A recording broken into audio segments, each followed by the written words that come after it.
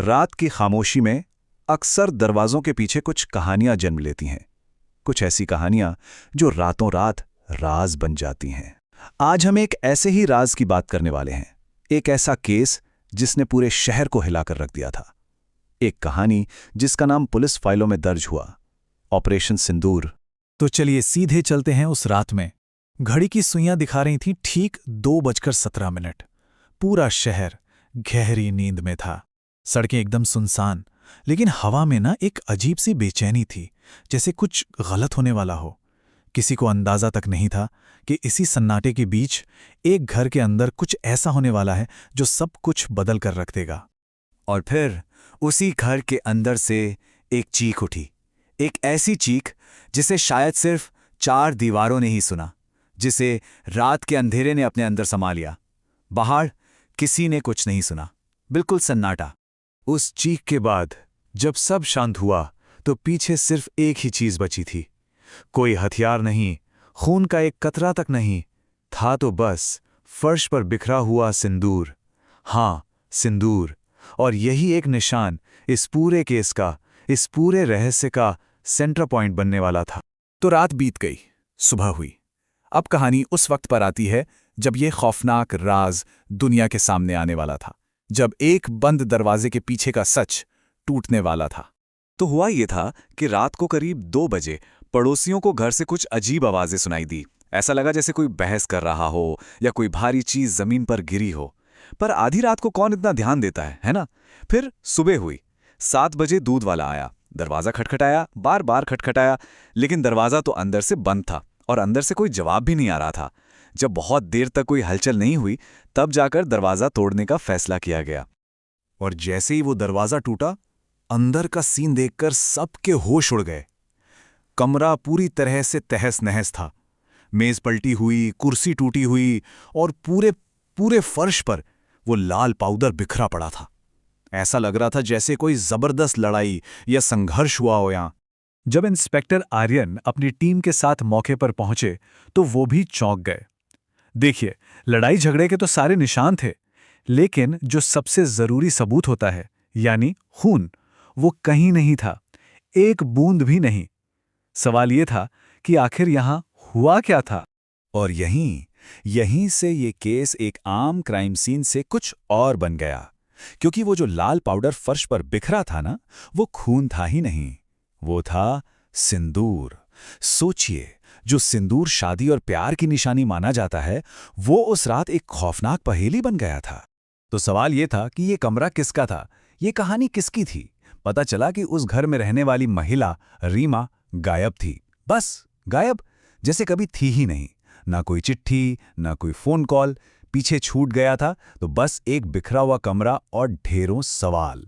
जैसे जैसे पुलिस की जांच आगे बढ़ी, रीमा की एक नहीं बल्कि 2 जिंदगियां सामने आने लगीं। एक जो वो दुनिया को दिखाती थी, सोशल मीडिया पर पति के साथ हंसती मुस्कुराती तस्वीरें, मतलब एक एकदम परफेक्ट लाइफ। और एक दूसरी जिंदगी थी जो अंधेरे में छिपी थी, और उसका राज उसके फोन के मैसेजेस में था।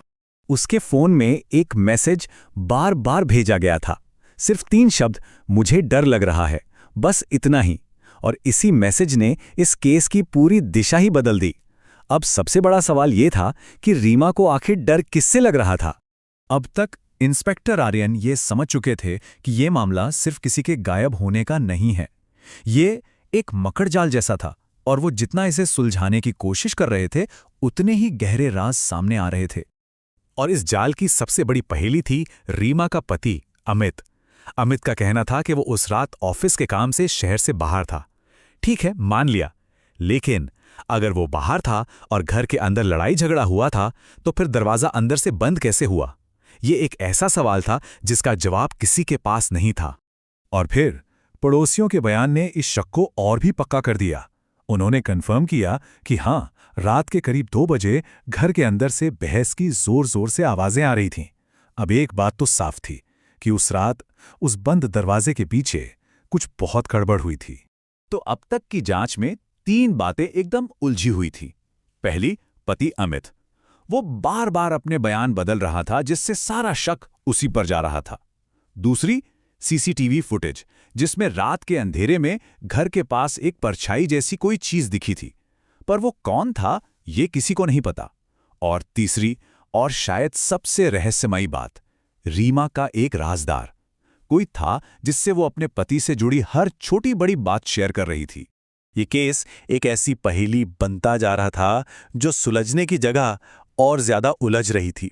पुलिस को मिलने वाला हर जवाब अपने साथ 10 नए सवाल खड़े कर देता था, और यही सवाल हैं जो आज भी इस कहानी को एक मिस्ट्री बनाए हुए हैं। पहला और सबसे बड़ा सवाल, उस रात रीमा के साथ आखिर हुआ क्या था? क्या किसी ने उस पर हमला किया, या उसे किडनैप कर लिया गया, या फिर क्या वो अपनी मर्जी से कहीं चली गई? सच क्या है? और फिर वो परछाई, सीसीटीवी में जो धुंधला सा साया दिखा था, वो आखिर था कौन? क्या उसका इस केस से कोई कनेक्शन था, या वो बस गलत टाइम पर गलत जगह पर था? कौन जाने, शायद इस पूरी कहानी का जवाब उसी परछाई में छिपा हो। और आखिर में सबसे बड़ा सवाल, ये जो कुछ भी हुआ, ये था क्या? बस एक हादसा जो हो गया, या फिर ये एक पूरी प्लानिंग के साथ की गई साजिश थी जिसे बड़ी ही बेरहमी से अंजाम दिया गया? ऑपरेशन सिंदूर ये सिर्फ एक केस फाइल का नाम नहीं है, ये एक आईना है। एक ऐसा आईना जो हमें रिश्तों का असली चेहरा दिखाता है, उनके पीछे छिपे डरों को दिखाता है, और उस सच को दिखाता है जो अक्सर बंद दरवाजों के पीछे ही रह जाता है। और आखिर में ये कहानी हमें एक सवाल के साथ छोड़ जाती है कि जो हमें दिखता है, क्या हमेशा वही सच होता है?